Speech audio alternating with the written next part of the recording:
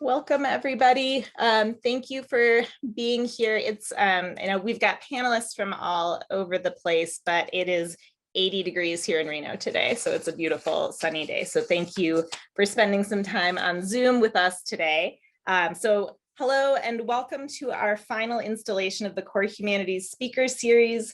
Tonight's event is called 3 Laughs. I'm Katherine Fusco, the director of the Core Humanities program in the College of Liberal Arts at the University of Nevada, Reno.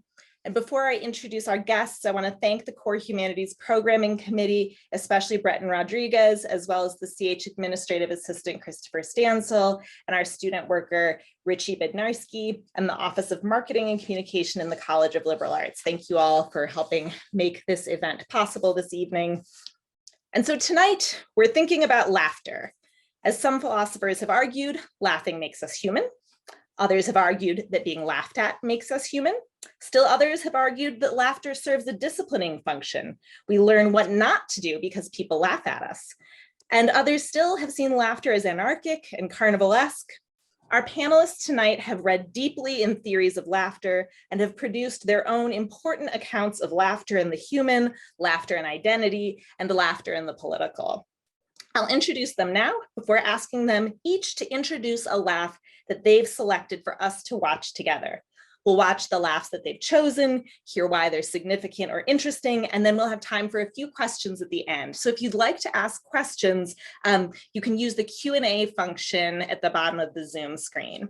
And now I will introduce our wonderful panel, and after I introduce each person, they'll say hello, and they should pop into the middle of the screen if all of the tech works correctly. So first I'm going to introduce Danielle Fuentes Morgan, who's an assistant professor in the Department of English at Santa Clara University. She specializes in African-American literature and culture in the 20th and 21st centuries, and is interested in the ways that literature, popular culture, and humor shape identity formation. Her research and teaching reflects her interest in African-American satire and comedy, literature and the arts as activism, and the continuing influence of history on contemporary articulations of Black selfhood.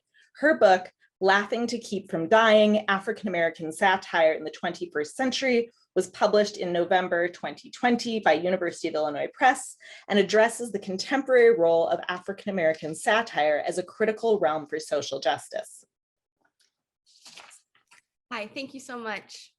Welcome. Next, Maggie Hennefeld is an associate professor of cultural studies and comparative literature and McKnight Presidential Fellow at the University of Minnesota, Twin Cities.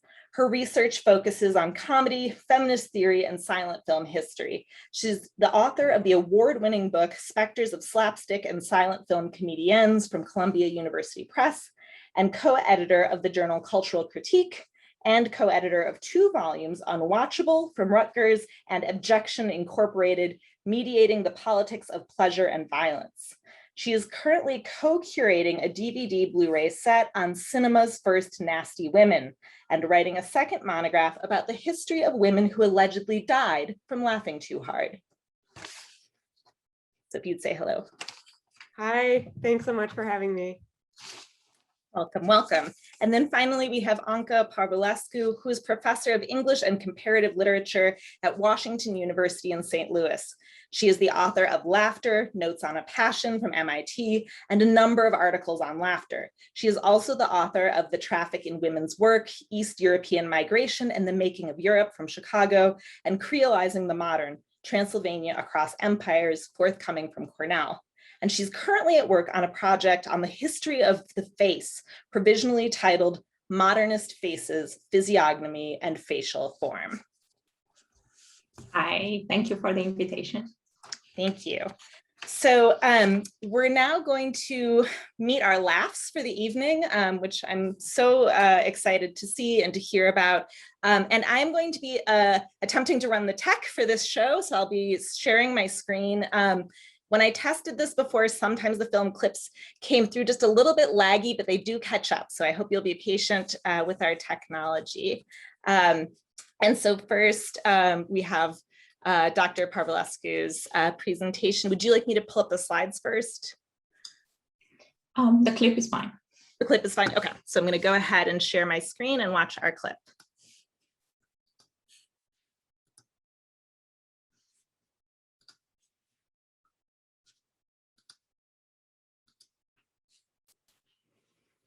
No.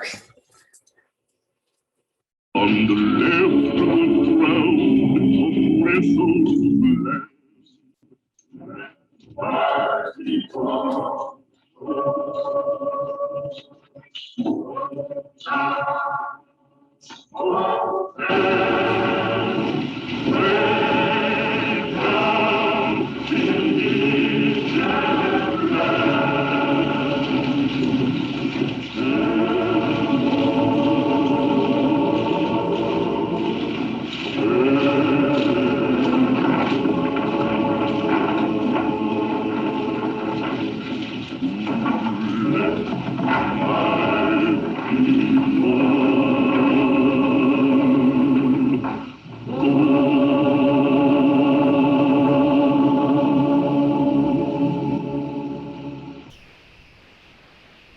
Will those nearest the lights kindly rise and dim them, please?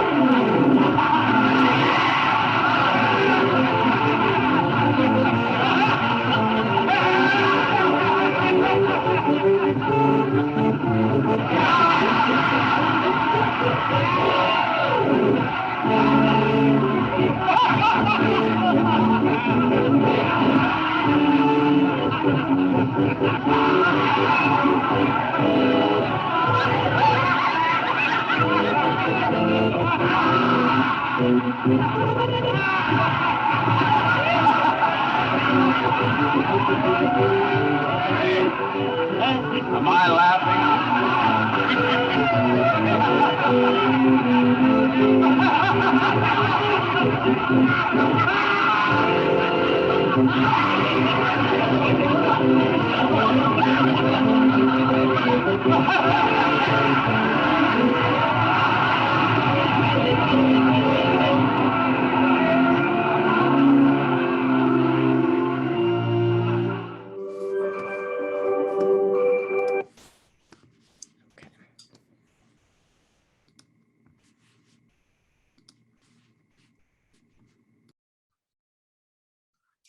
Thank you, Catherine. And thank you, Maggie and Danielle, for being in this conversation. I very much look forward to it.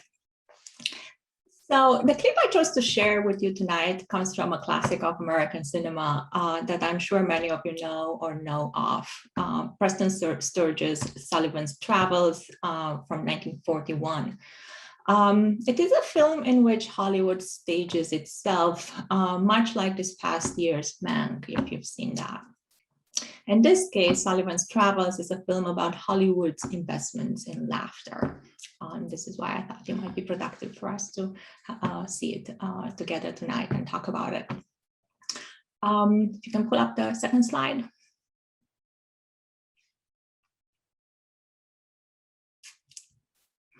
So here's the film's dedication, and I quote, "To the memory of all those who make us laugh, the motley mountebanks, the clowns, the buffoons, in all times and in all nations, whose efforts have lightened our burden a little, this picture is affectionately dedicated."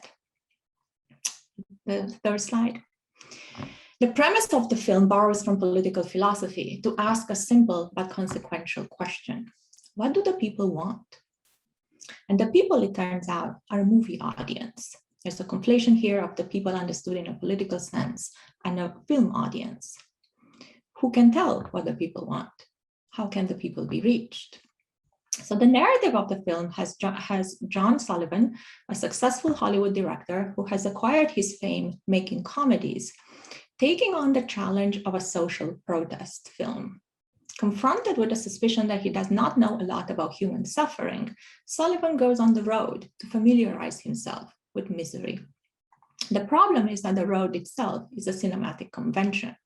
For most of the film, Sullivan is stuck in Hollywood, And his adventures take the form of short episodes in different cinematic genres: slapstick, screwball comedy, documentary, melodrama.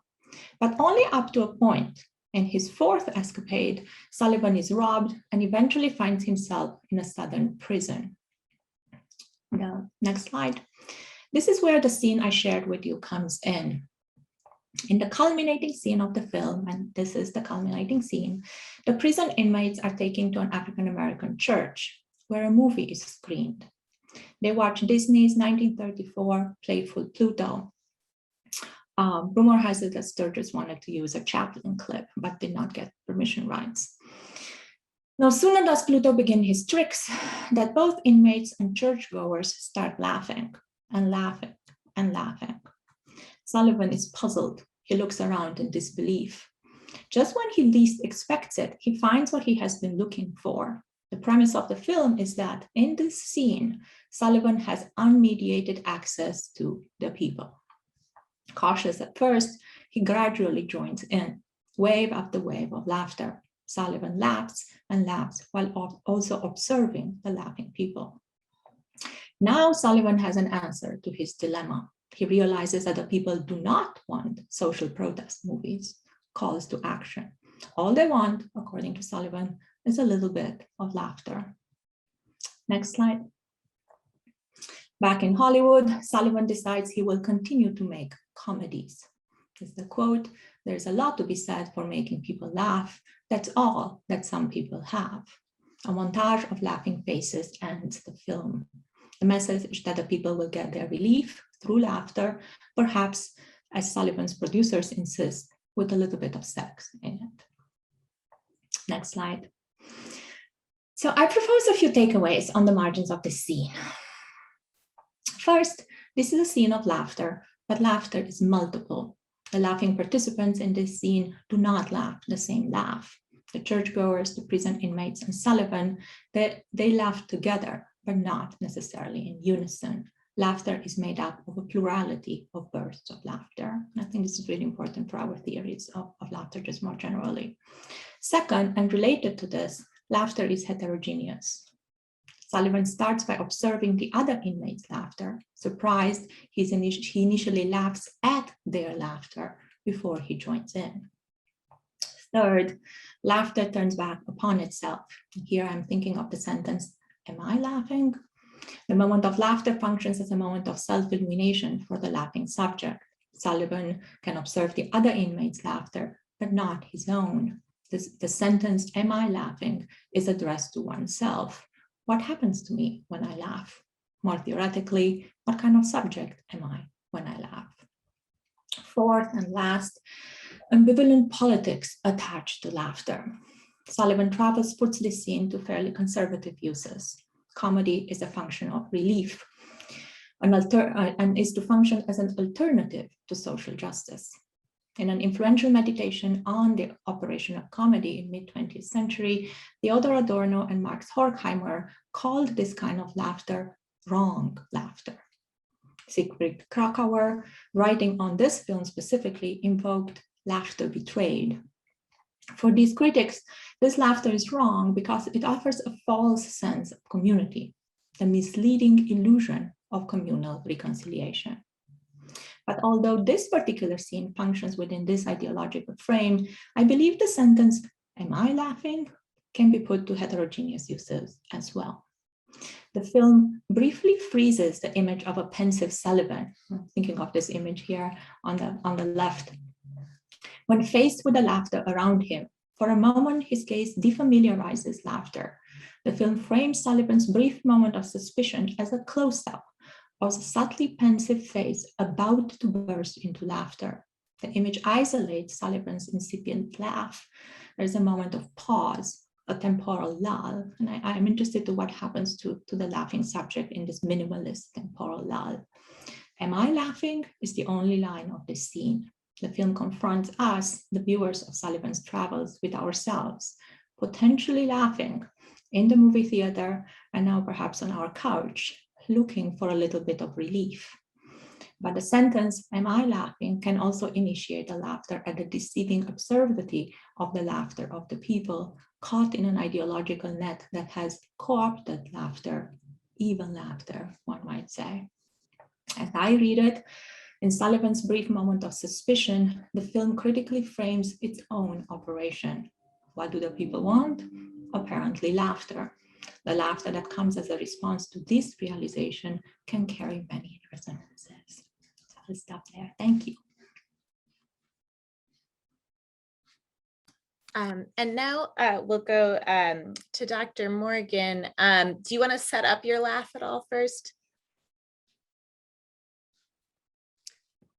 I'll just briefly say that this is a moment, it's a moment in Eddie Murphy's film, Beverly Hills Cop. And what I'm hoping we'll focus on is literally the sound of the laugh. And I'll leave it there. Great. And we're going to play it twice because it's a short clip and it's a good laugh. So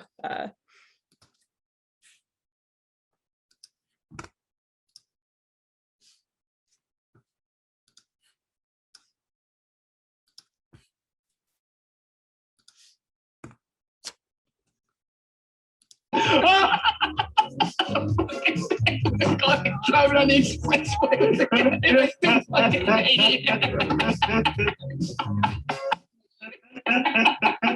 Let's go, Mike. I gotta open the door, okay? Balance yourself. Okay, here we go. I'm opening the door now, okay? Here we go. All right, here we go. Cadillac. Driving on the expressway.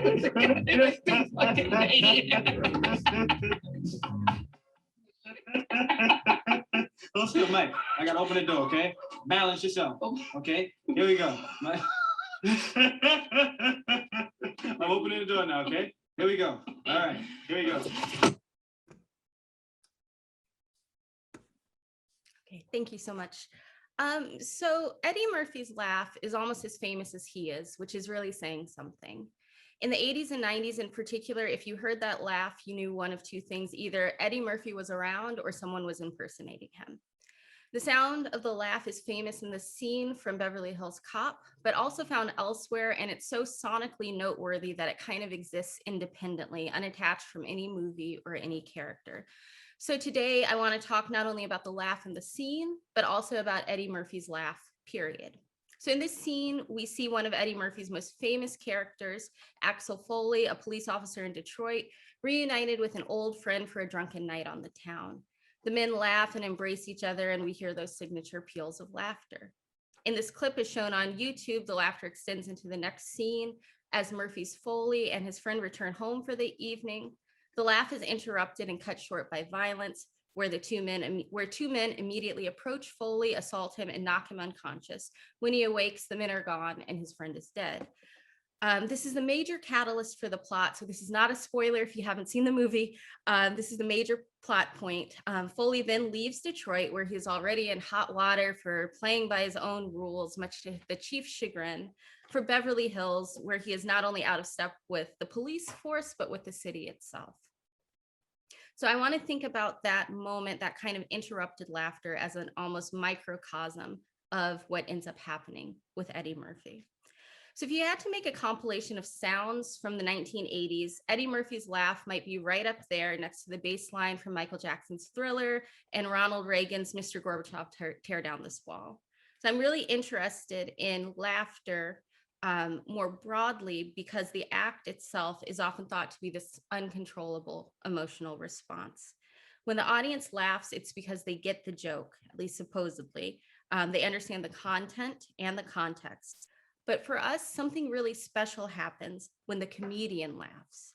We see that they're delighted not only because we're laughing as audience members, but also by the joke they created themselves. It's as if their laughter signals to us that we're really on the same page. They got it, we got it, and we're all in this together. So it becomes an exchange. For these reasons, Murphy's noisy and notable laugh merits this conversation. But the reason I want to talk about it today in particular is because it is currently missing. So this is a conversation about a missing laugh. In a 2011 Rolling Stone interview, Eddie Murphy was asked about his signature laugh and explained, "I don't laugh like that anymore. Somehow it doesn't come out. It's weird to change something that's as natural as that, but it started out as a real laugh. Then it turned into people laughing because they thought my laugh was funny. And then there were a couple of times where I laughed because I knew it would make people laugh. Then it got weird. People came up to me and said, do that laugh. Or if you laugh, someone turns around and goes, Eddie, I just stopped doing it." So the interview moved on from there, but I'll admit that I can't stop thinking about the way he talks about his own laughter. He says, "I don't laugh like that anymore. Somehow it doesn't come out. I just stopped doing it." So this conflation of what doesn't happen and what can't happen and what has stopped happening, intentionally or otherwise, is fascinating to me. I couldn't ignore how strange it was, and quite frankly, couldn't shake the nagging feeling that we were all responsible for this laugh going missing. Just a moment ago, I made the point that we feel like it's special when we laugh with a comedian. So then what does it mean to ask the comedian to laugh for us? And what does it mean if a comedian stops laughing because of us? So to start, let's think about the political context of a movie like Beverly Hills Cop. The movie came out in 1984 and was an action comedy vehicle for the young, charismatic Murphy. This was shortly after he'd left Saturday Night Live and on the heels of 2 box office successes in 48 Hours and with Nick Nolte and Trading Places with Dan Aykroyd and Jamie Lee Curtis. All 3 of these movies are fish out of water films, highlighting how Murphy's character fits poorly with wealthier, classier, straight man to his wild card white interlocutors in these buddy romps. His character's presumed disadvantages emerge as surprising strengths in the end, of course. 48 Hours and Trading Places underscore the criminality of Murphy's characters. In 48 Hours, he's been convicted for armed robbery and is released for the eponymous 48 Hours to help solve a crime. In Trading Places, he is a small-time criminal who is plucked from obscurity as part of a nature versus nurture bet held at the whims of the Duke brothers, who are comic in both their immense wealth and immense cavalierness. The Duke brothers predate Michael Douglas's Gordon Gekko and Wall Street by 4 years, but they anticipate this greed is good ideology. So if the early 21st century, pre-Obama, found comfort in this sort of post-racial mythology and a belief that race doesn't matter, race in the 1980s and Eddie Murphy films perhaps more overtly imagined class as amalgamated with race. The greed is good era giving credence to an idea that the only color that matters is green, eliding, of course, the racialized limits of certain class and class markers of who can effectively pursue green and who effectively has green. So in the 1980s, this acknowledgement of racial meaning took form as the reappropriation by Eddie Murphy of some of these negative portrayals of Black identity, where the characters were stereotypical, but Eddie Murphy infuses them with a sense of humanity.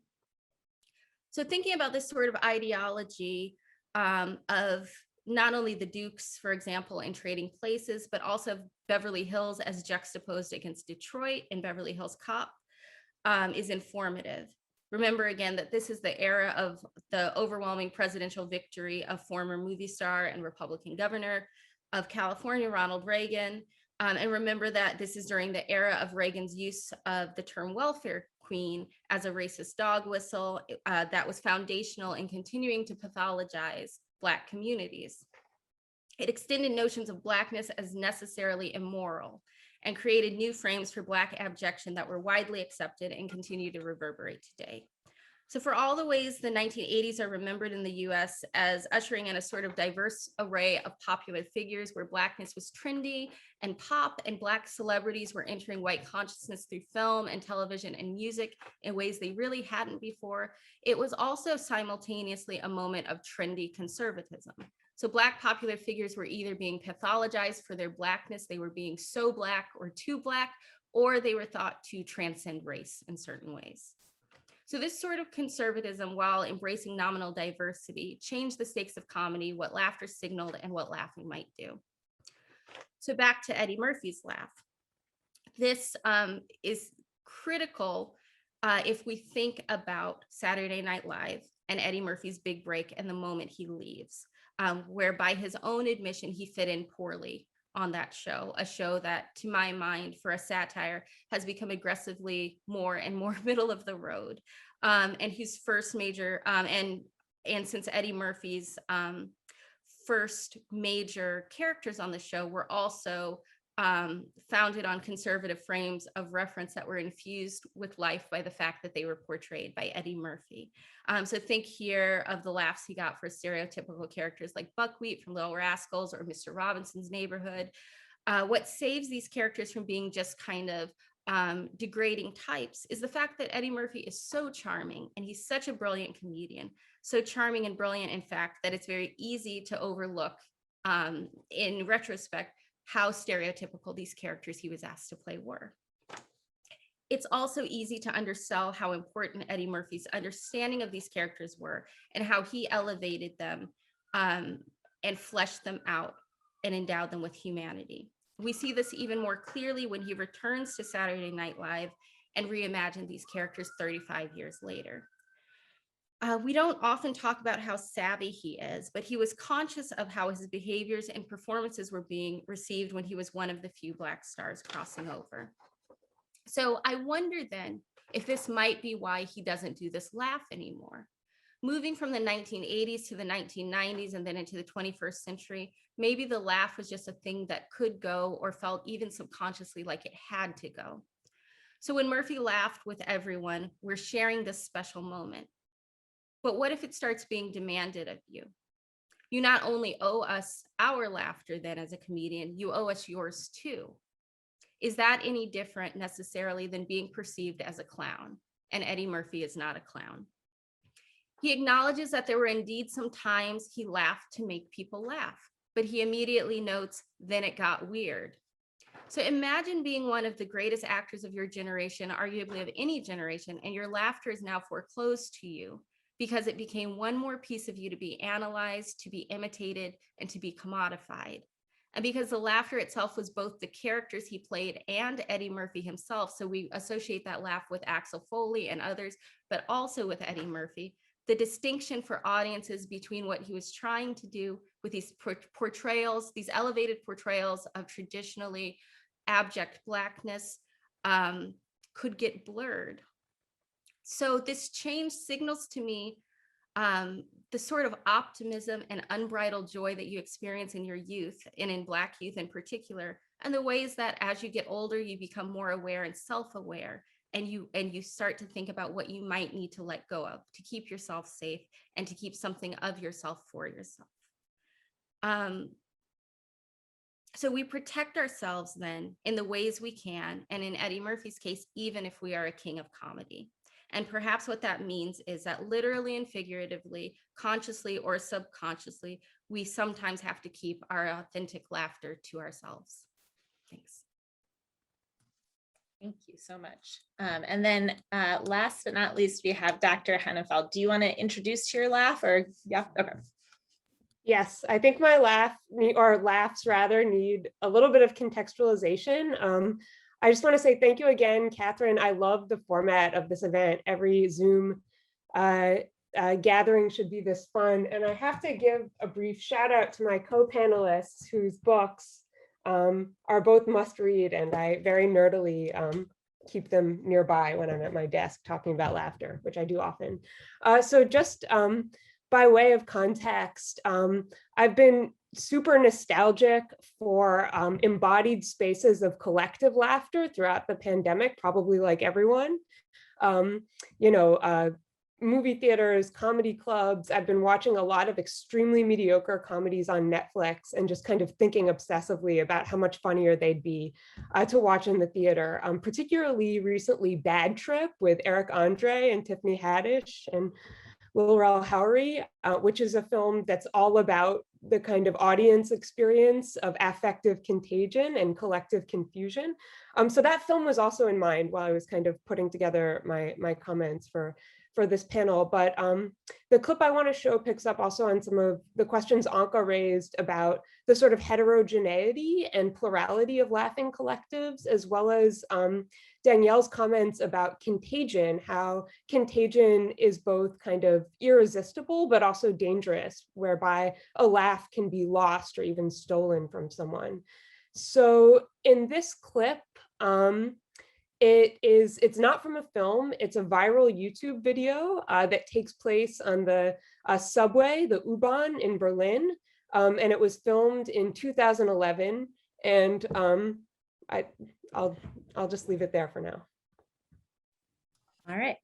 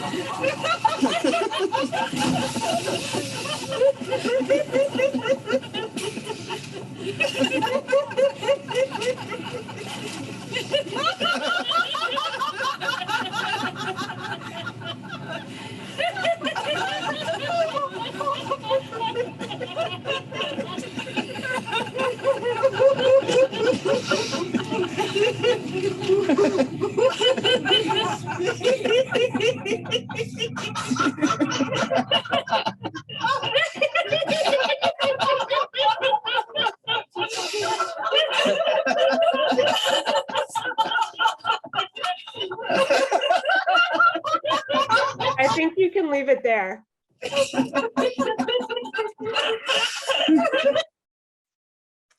I could do it again. That's more than half. It goes on for several minutes. I mean, there's something, it's an uncanny video. I'm not sure whether I want to laugh contagiously along with them, or if I actually find this video a little bit terrifying. It kind of provokes a deep sense of ambivalence, but it gets at a lot of the questions I'm thinking about recently, not just my nostalgia for laughing uproariously with random German people on a train, though of course, don't we all want to do that all the time, but about the relationship between affective contagion, social collectivity, and sort of how practices of laughter can create opportunities for new forms of community building. A lot of the laughter that's incited by humor or comedy revolves around in-jokes. So how can the contagions of laughter itself amplify the sort of in-groups that congeal sometimes around particular forms and genre of humor and comedy especially. So the conceit of this video is that laughter not only spreads contagiously to almost everyone in the train car, but then has a long digital afterlife, virally infecting millions of uproarious laughing spectators all over the internet. If you look at the YouTube clip, it's garnered over 7.5 million views worldwide since it was posted almost a decade ago. As well as 4,000 comments, most of which affirm the viral contagions of the U-Bahn riders' laughter. So I'll share just a few comments from YouTube. One person writes, "It's videos like these that restore my hope and faith in humanity." Another person observes, "The best 3 minutes you'll spend on YouTube in your entire life." I don't know if it's a high bar. And I'll read just one more. "Laughter is a virus. LOL, my cheeks hurt." So obviously there's something to the laughter in this video. It's at the very least physically contagious, if not socially collectivizing. However, I did a little bit of Google research, and upon further sleuthing, it appears that this spontaneous viral video was no accident at all. So the initial, the kind of patient zero laugher, you see this woman initially start to laugh at something on her phone, and then people around her start laughing, and it sort of goes viral within the car. Her name was Angela Mecking, And the camera person who's recording on his smartphone, Matt Grau, just happened to be members of the same Berlin-based laughing yoga club, Hauptstadt Lacht, which is an active chapter of the International Laughter Yoga University. And it turns out their entire laughing yoga team had decided to cancel their usual studio session and conduct an impromptu experiment on the Berlin Underground, as Mecking put it, just to have fun and see how people reacted. She posted about it in her blog afterwards. I'll quote just a snippet. The overwhelming reaction shows that people worldwide are longing for something, for joy, for connection, for love in every aspect of their life. It is also an indicator for the change of mind, which is already happening all over the world. So let's laugh and love. And I get a little bit of the feeling of what Walter Benjamin wrote in a very different context in 1929 in a short essay on Charlie Chaplin, in which he describes laughter itself as the most international and the most revolutionary affect of the masses. But I think that the contagions and collectivity of laughter yoga are maybe a little bit different than the sort of uproarious therapeutic laughter in response to Benjamin was writing about slapstick comedies and grotesque American cartoons, not unlike the Pluto cartoon in Sullivan's Travels in particular. But just a brief kind of summary for those of you who are not familiar with the genealogy of laughing yoga and laughing clubs. The movement was initially launched in 1995 in Mumbai by Dr. Madan Kataria, who is a licensed physician and self-proclaimed laughing guru, who's now widely known as the guru of giggling, and he's published numerous self-help books on the topic, such as Laugh Your Way to Happiness, Laugh for No Reason, and 5 Secrets to the Inner Spirit of Laughter. And his social mission is no less than to create world peace through international laughter, which is quite ambitious for laughter. But one other kind of reference on this topic I want to mention, the filmmaker Meera Nair has a really interesting documentary called The Laughing Club of India that's now streaming on the Criterion channel and came out, she made it in 2001. And I think her take on laughing yoga is much more politicized. It's almost a gimmick for Kataria and laughter yoga teams, but she interviews particularly women and lower caste yoga laughter practitioners. So it's really about the kind of labor alienation, misogyny and casteism that provokes the need for ritual exercises such as contagious laughing yoga. And this is some final comments I want to make are about the particular tension between the sheer physiological contagions of laughter versus the kind of humorous or comedic impetuses that spark it. The ambition of laughter yoga is to spark laughter from nothing, at first through breathing exercises and then through sheer bodily contagion. It's kind of like a slightly more collaborative form of something like canned laughter or television laugh tracks. But it tries to do so without the aid of humor, and I'd argue therefore misses out on the transgressive powers and disruptive social license that are often associated with particular forms of comedy and jokes.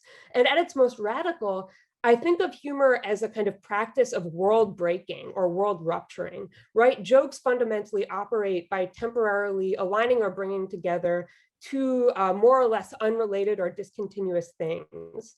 But radical humor fundamentally breaks something. It severs our habitual attachment to an increasingly precarious and catastrophic present, and thereby provokes us to try to imagine otherwise. That's what radical humor does. It creates openings for a less alienating and more collectivizing world. And where was I? I don't think decontextualized laughter, I don't think the kind of sheer effect of laughing contagion to do that work can do that work alone. The U-Bahn video is very strange, it's uncanny, it's largely depoliticized. You probably also observed that the laughers on the train are predominantly white. But just by way of closing and echoing some of the questions Danielle and Anca raised, when can contagious laughter transcend identity-based difference and resonate beyond the in-group? And how can it do so specifically by amplifying the disruptive power of radical humor and jokes, and not just amplify them, but fundamentally transform them in order to create broad-based communities and new social collectives? And even beyond the kind of example of Sullivan's travels, where there is a plurality of laughing subject positions, but they definitely are not on the side of doing a kind of radical community building work. So I have lots of thoughts in response to my own questions, but I'd better leave it there to have time for discussion. So I have just invited folks to type questions into the Q&A box for our panelists. And I know we've got some folks who are humor scholars themselves who are here tonight. And so I've got a first question here from Stephen Pasqualina, and he says, thank you for these wonderful presentations. Your presentations introduced an ambivalence that I'd love to hear more about. Professor Parvulescu and Professor Morgan focused on laughter as a singular individual form of expression, and Professor Hennefeld considered laughter as a collective viral contagion. I was wondering if each or any of the panelists could talk about the tension or ambivalence between laughter as an individual and a collective form of expression. So I don't know who would like to tackle that first, but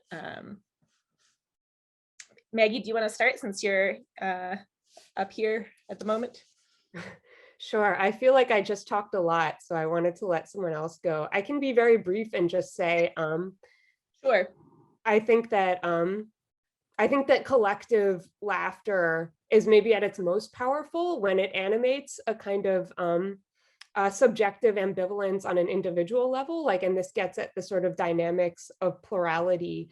I've been thinking about collective laughter that transforms anger and fear into sort of joy and solidarity. So I think that that ambivalence can be operative on a kind of individual, subjective, and collectivist level simultaneously. Danielle, do you also want to tackle that? And then we've got a different question maybe for Anca.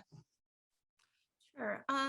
Yeah, I think that question of ambivalence is one that's really useful, particularly when we think about a lot of African-American superstar comedians, because they seem to have, part of the appeal is the idea that the joke is inspiring laughter because of the truth-telling nature, that we see all of these African-American comedians ultimately being seen as race men or race women or speaking truth to power in certain kinds of ways, because they are speaking to an experience that is both individual and collective. And so when we see some of them becoming sort of singularly famous or seen as exceptional, there's a great deal of ambivalence for many of them around that. We've seen, Dave Chappelle sort of pushing back against the idea that he's doing anything that special. We've seen Eddie Murphy sort of retreating in certain kinds of ways. And I think that not to read too much in Eddie Murphy's laugh, but it's just such an interesting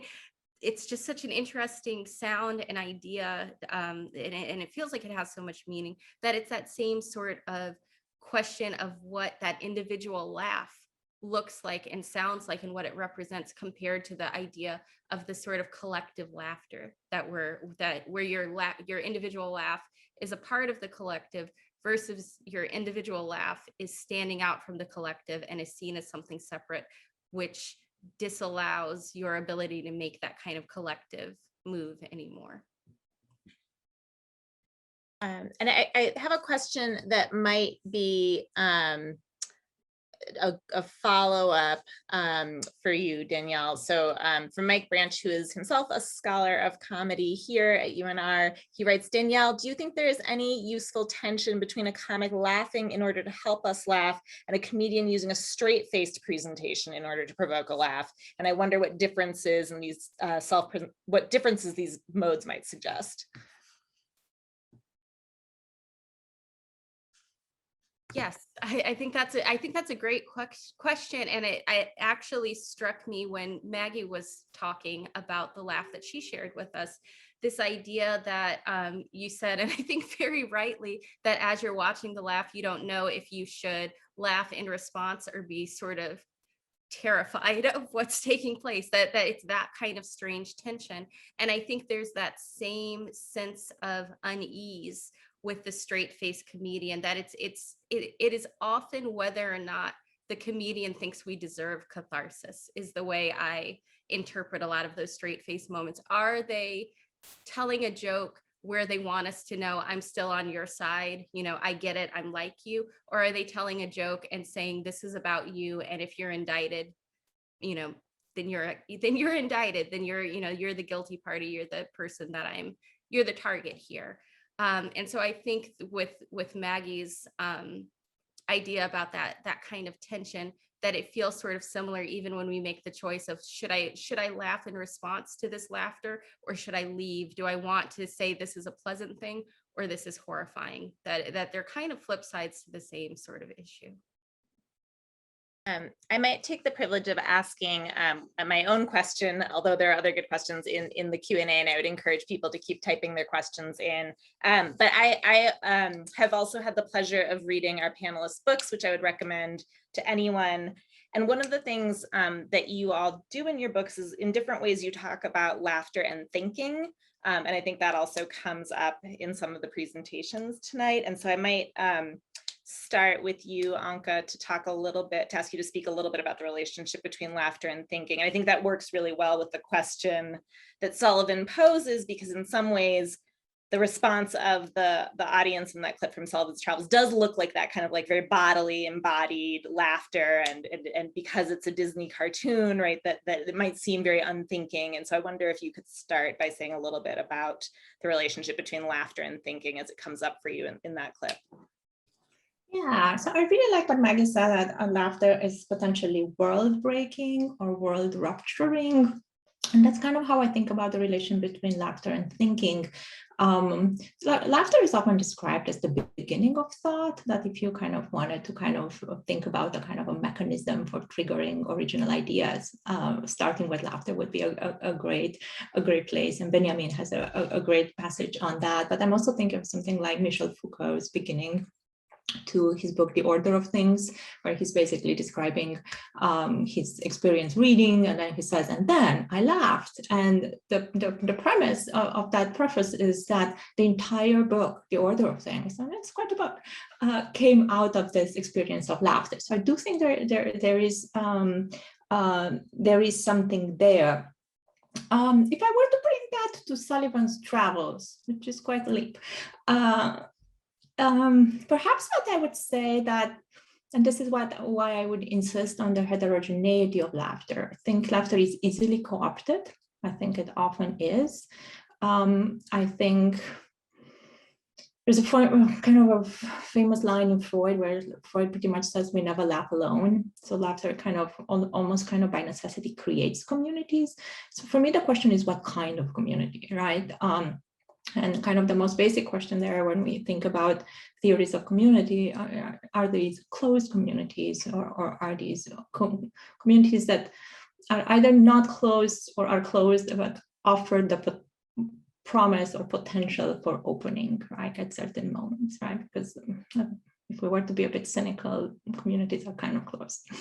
And I do think if we were to imagine a crowd of laughter, that if the various bursts are singular and heterogeneous, this kind of thinking laughter can erupt even from within what we might call a compromised crowd, right? So I would like to think that there is kind of a potential for that within kind of context of affective laughter that otherwise might be in one way or another compromised. Thank you. Well, the question of sort of laughers as individuals and laughers in groups brings us to another question that's been asked and has been pitched towards Maggie, although I imagine any of you might have answers to this. So this is a sort of a teaching question, but also the way we watch movies now kind of question. So the question from Professor Branch is, Maggie, in teaching film comedies in Zoom world in the recent year, I've found that so much is lost when we aren't together in the room to laugh together.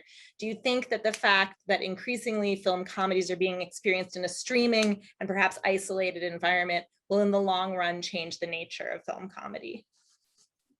Ooh, that is such a good question. And I totally agree. In my classroom, I always use the wager of laughing philosophy, which is a reference to this article by Baudelaire, in which he says that only a laughing philosopher can simultaneously think well in the middle of the burst itself, as a kind of spectator or witness to their own comic violation, to occupy those dual positions as like violated clown and thoughtful spectator simultaneously makes you a laughing philosopher.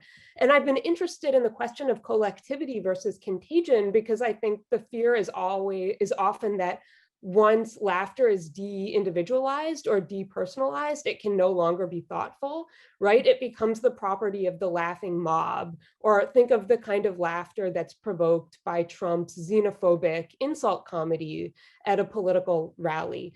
I've been reading a lot of late 19th and early 20th century crowd psychology, like Gustave Le Bon, talking about how emotions, affects, including laughter, course contagiously through sort of hysterical, thoughtless crowd bodies. I don't know.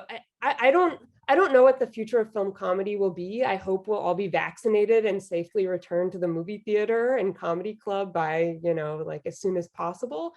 But to bring it back to Bad Trip, the laughing experiment in that film is so interesting, and I don't think it works laughing alone, because it's a hidden camera prankster comedy where the actors are orchestrating these completely ridiculous situations and then filming the reaction of the crowd, of bystanders, who sort of like look confused and then look at each other and kind of coordinate their affective responses to the thing they don't understand. And that would be so interesting to watch in a theater, especially with a kind of heterogeneous audience, just to kind of like negotiate whether the movie is funny affectively. I don't think it works alone, watching alone. But I hope that that's not the future of film comedy, where we lose that sort of social experiment because we're all just like watching with our cats, which is fine. I love my cats. Okay. Yeah. I do miss the theater. I wrote in our newsletter recently about the most fun I had at a theater was going to see a PG-13 horror film at 7 p.m. on a Friday night, the weekend that it opened. I was thinking, why is this crowd so wild? And I was like, oh, these are people who aren't allowed to drive after curfew. I'm, in this, horror movie PG-13 audience with a bunch of kind of, 16-year-olds, and it was just kind of a wild audience. So that was like my favorite audience experience I've had recently. It was, the M. Night Shyamalan movie about the grandparents. It was not a particularly good film, but it was, kind of uproarious and wild. So, I do want to ask a question that comes from Jacob for Danielle about sounds and voices a little bit. So the question is, what are your thoughts on Chris Rock's, and maybe to a lesser extent, Chappelle's voice on invoking laughter from an audience? Does it function in a similar or different way than Murphy's laugh? And I do think that gets that interesting question about like the thing that belongs to you. Yeah. Yeah, I think that's a really, really fascinating question. And I hadn't considered it much before, but it makes me think immediately of that difference between Chris Rock and Dave Chappelle, where Chris Rock structures himself very much as Chris Rock, the rock star. He's wearing these leather jackets, he's, glitz and glamour and all of these kinds of things. And Dave Chappelle, even as we recognize he has multi-millions of dollars and all of the, that he's wearing these customs, he's wearing a custom suit. It just happens to be a jumpsuit, right? Like it's, he portrays himself as still kind of the everyman, where Chris Rock does not portray himself as the everyman anymore. I wonder if there's something to be said for the way Chris Rock, I think, has intentionally try to take ownership of his voice and make sure that he is very much profiting off of it. If we think of something like Everybody Hates Chris, where that narration done by Chris Rock is so critical, and the sound of Chris Rock's voice, he is aware that it's being parodied, so he kind of does it even harder. Whereas Chappelle, once he left Chappelle's show, goes to Africa, sort of disappears for a while, and then comes back, sonically, his voice sounds somewhat different now. And that may be because he smokes so much, he smokes a lot of weed, he smokes a lot of cigarettes, all of these things are well known, and he's older now, so his voice might sound different for that reason. But I also wonder if there's sort of a conscious decision he's made to speak in a slightly deeper register to sort of signal a shift from who he used to be and that sort of optimistic, youthful stand-up comedian Dave Chappelle to this kind of the sort of way he talks about comedy and his experiences with less humor, even when he's making the jokes, that he's become that he's been jaded by the industry. And we can certainly argue about whether or not his way of expressing feeling jaded is appropriate, but there's no argument that he's been jaded, right? And so I wonder if there's a difference that we could maybe see there, where Chris Rock is someone who is leaning into that voice and saying, okay, you know what I sound like, I'm going to profit off of this. It's my voice and I'm going to make it mine. Versus Chappelle, who's like, okay, you all have this parody of me, then fine, you do that, and there's something different for me. I think we've got time for one final question, and it's for Anca, which is just asking you to speak a little bit about the relationship, if you've thought about it lately, between Sullivan's travels and the Coen brothers, Oh Brother, Where Art Thou? So the premise of Sullivan's travels is that Sullivan is going to his producers and saying, oh, but I want to make a different film. I'm sick and tired of making comedies and they're not important in the world. I would like to make an important film. And they say, oh, you mean Oh Brother, Where Art Thou, right? And he says, oh, sure. So that kind of functions as a kind of limit case for the kind of the film that Sullivan Travels is not. Right, so I can see two readings here. One is kind of the cynical one. Sullivan's Travels kind of advertises itself and comedy, and says, "Oh, the people just want comedy. Who wants a film that's a call to action?" Right? But there is, I think, a more redemptive reading whereby Sullivan's Travels frames a relation between comedy and a film like Oh Brother, Where Art Thou? Right, and kind of frames the operation of kind of the culture industry as perhaps separating these genres and not allowing them to kind of coexist within the same frame. And in that sense, I think Sullivan Travels kind of would open itself to a kind of more promising reading.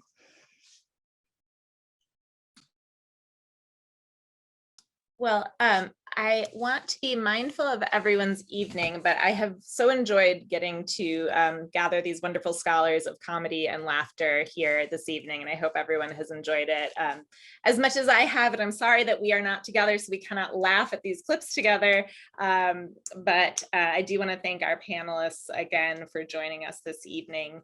And I hope that we're all in theaters soon, laughing together, thoughtfully, thoughtlessly, heterogeneously, however we may take those laughs. So thank you all very much. And I'm about to do the horrible thing where I'm going to click end and we're all going to be shot back to our non-Zoom worlds, but very good seeing you all. And thank you for the evening.